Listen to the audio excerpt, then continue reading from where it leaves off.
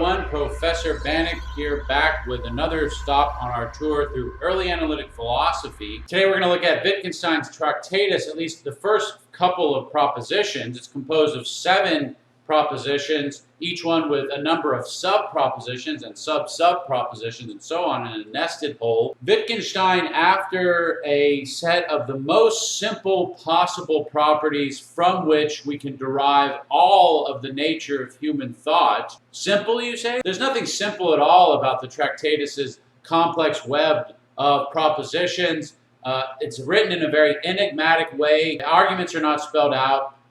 It's kind of like a great horror film, though, where the horrific elements are really more or less left to your imagination. The talented horror filmmaker makes you dream up the horrific elements, leaves much just intimated and not explicitly depicted on the screen. And there's a lot of reason why Wittgenstein is writing in that way. So as you read the Tractatus, the arguments that are not fully filled out are left to be generated in your own mind so that you can come to cognize the nature of reality along with Wittgenstein. So while the text is not simple, while the train of thought is not simple to grasp, the idea here is that Wittgenstein is going to strip away everything we don't need in order to build up a system of thought out of the simplest ingredients he can think of. That's why he's a logical atomist. Moreover, making things even more difficult, this complex nested web of thoughts rises and falls as a whole. There's no way to kind of lay everything out. Here's the basics, and then everything builds on top of that. Each proposition references the other propositions in a complex web. You take one proposition out, the rest falls. That said, there's a remarkably simple flow through the topics of the text that delivers on all of the fundamental disciplines of philosophy. Wittgenstein begins the Tractatus with the enigmatic claim that the world is all that is the case. On one hand, kind of obvious. What is the world? Well, it's the total horizon. It's everything that exists. From this idea, though, Wittgenstein thinks he can derive some perhaps not so obvious truths about just what the world is and just what it means to be the case. In sub-proposition 1.1, the world is the totality of facts, not of things. That clarifies. He wasn't just saying something super obvious and trivial in proposition 1. When he says the world is all that is the case, what is the case is facts, not things. So here's an example. I'm a thing in the sense that I'm a material object, right? And there's lots of things in the world. There's tons of things just in this very room. Although I'd like there to be fewer things. I'm trying to minimize my material possessions, right? But point is, there's lots of things in the world. And if we had a list of all the things in the world, we still wouldn't know what is the case. We need to know how those things stand in relation to each other. We need to know the facts. So I am not a fact, but I'm wearing a black jacket. That is a fact. So I am put into relation with the black jacket. Together, those two things form a fact. So when Wittgenstein says the world is all that is the case, what he means is the world is composed of facts. Another way to put the point is that the world is the state of the thing. Again, if we just had a list of all the things, we wouldn't know what the world is like. Yet another way to think about this is that an account of the world would have to be made up of true assertions. But assertions are built up out of relations between things, not things. If I just say Socrates, I haven't asserted anything.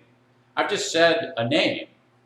If I say Socrates is wise, or Socrates is not wise, now I've said something that can be true or false. Next point of importance, I'm not going to go through every single sub-proposition, but I'll take you through some of the major points. The next major point is the facts in logical space are the world. So we can see building up, now we've introduced the notion of world, we've introduced the notion of facts and versus things. Now we're building on that. We're saying facts exist in logical space. That notion of logical space is going to be extremely important for the rest of the work, and indeed for the way that Wittgenstein's ideas go well beyond his predecessors in Russell and Frege, and we're going to talk more about logical space later on. So put a pin in this, keep it on the back burner. This is going to be a huge part of how Wittgenstein's system works in a very elegant fashion. Notice that here we have on display the interconnected, dependent, holistic nature of the treatise. Wittgenstein says this about logical space already at 1.3, but we're not really going to be able to understand this proposition until later on in proposition 2. Moving along into proposition 2, we're going to start unpacking the nature of facts. We've said already that the world is composed of facts, not of things. Now we need to know what a fact is. What is the case? A fact is a state of affairs. Again, it's not just a bunch of things jumbled together, but a state of the things, the way they're put together. So a fact is a state of affairs, and hey, a state of affairs is a combination of objects. So a fact, ultimately, is a combination of objects.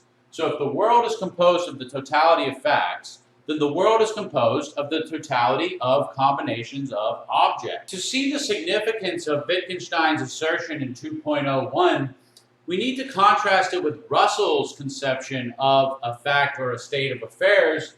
For Russell, every fact or state of affairs is composed of an object or a thing together with a property, a universal. Now, Wittgenstein is going to get rid of properties from the ontology. There are no properties, there are just objects in combination. That's what he's saying here in 2.01. What that's going to lead Wittgenstein towards is a conception of ontology that's totally bare bones. No universals, no properties, no relations, just objects combined. So we need to know now what an object is and how can it be such that objects can combine with other objects. In 2.0122, Wittgenstein tells us that things are independent, so they stand independent from one another. Notice this goes against the dominant idealism at the time of Russell, analytic philosophy continuing to go in the other direction, the idea that there are no independent self-subsistent things. Wittgenstein is saying here in a logical atomist form that things are independent and then they enter into combinations only later on. What does it mean for them to be independent? It means they can occur in all possible situations. So what an object is a possible constituent of a state of affairs. So objects and states of affairs are different things, but they go together essentially because remember, a state of affairs is a combination of objects, and an object is a possible state of affairs. That's what Wittgenstein means when he continues on in 2.0122 to say that this form of independence is a form of dependence. In other words, objects and states of affairs depend on one another. So what 2.0122 is saying in full is that objects entail states of affairs and states of affairs entail objects, but no object entails any specific state of affairs, just some state of affairs or another. It's kind of like having a house. The existence of a house doesn't entail the house as being white, but it does entail the existence of some color or other. We could paint it white or we could paint it brown. It's got to be some color though.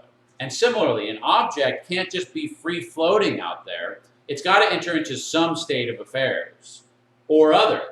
But it could be a constituent of any possible situation or any possible state of affairs.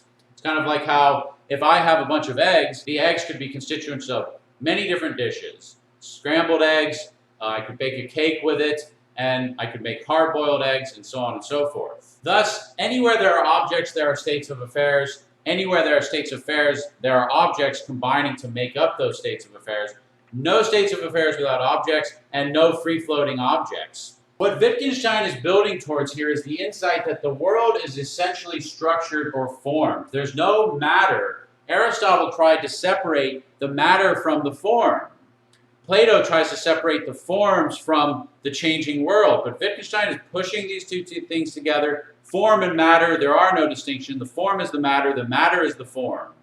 States of affairs are constituted by objects, that's their matter, but the objects just are possible forms. All of that being said, we need to learn more about objects. Wittgenstein tells us very straightforwardly in 2.02, objects are simple. What he means by that is that they are not made up of parts. They can't be analyzed into different constituents. The objects are the ultimate constituents, the ultimate atoms. Can't break them down anymore. So this tells you immediately that what Russell means by objects isn't kind of what we normally mean by objects. For example, the pen is normally an object, right? But when Wittgenstein is talking about objects here, he's not talking about things like pens. The pen is composed of parts. I just decomposed the pen into two different parts, and I could keep breaking the pen down. But this pen is actually pretty decent, so I'm not going to break the pen. But I could keep going, right? So Wittgenstein isn't really talking about material objects here. So when we talk about atoms, we're talking about the logical atoms, the things that allow our thoughts to hook up into reality. We're not talking about atoms in the physicist sense. The physicist talks about atoms, and the physicist, of course, decompose the atoms into smaller subatomic particles, and maybe the physicist will keep going, or maybe the physicist will arrive at the ultimate things that can't be decomposed anymore. That's up for grabs. That's for the physicist to work out, but that's not what we're talking about here. So objects are simple. Wittgenstein will derive a lot of marrow from the bone of this idea. Namely, he will use this to follow up on what we were talking about earlier in the video. We said Wittgenstein gets rid of all properties. There are no objects and properties, there are just objects in combination. The objects in combination are the properties. For every property, that property requires simples in combination. Hence, the simples themselves cannot have properties. So objects are propertyless. They don't have a color, they don't have a smell, they don't have a taste.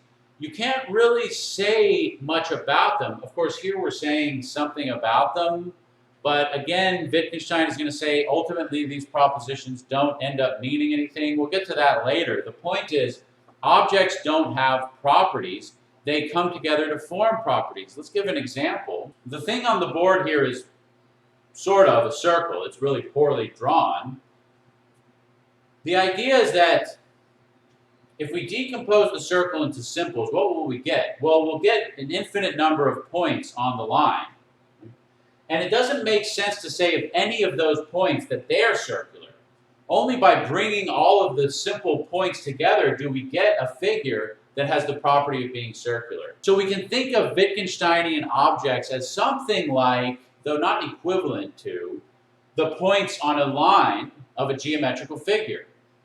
None of the points on the circle is themselves circular. They have to be combined together to give rise to the property of circularity. So when we try to talk about simples, we can't really say anything about them. We can't say anything about any of these points on the circle without them being in relation with the other points. There's nothing to distinguish those points. Now that they are in relation, I can say, hey, well, that point is to the left of that point. But if they were in no relation, there'd be nothing to say about them. They'd all just be indiscernibly identical. So we can really only point and say, there's a point, right? We can't really say much more beyond that. And that's what Wittgenstein is trying to get across about objects. You can only kind of point at them. You can't say much about them. In a subproposition of 2.02, we have 2.021. Here, Wittgenstein brings up the notion of substance, which is a traditional notion of metaphysics, descending all the way back to Aristotle and even before. And in particular here, Wittgenstein is taking up Leibniz and Spinoza's notion of substance, the idea that substance cannot be composite. That is to say, if we had a substance that was made up of further parts, then those parts would be the ultimate substance. Substance literally means to stand underneath. So the substance is what stands underneath all of reality, and in particular, all of change. Things change, but something underlies the change, and that's substance. The underlying being, the underlying reality. Again, if the underlying reality could be broken up into parts, then it's those parts that would underlie that substance, so those would be the substance.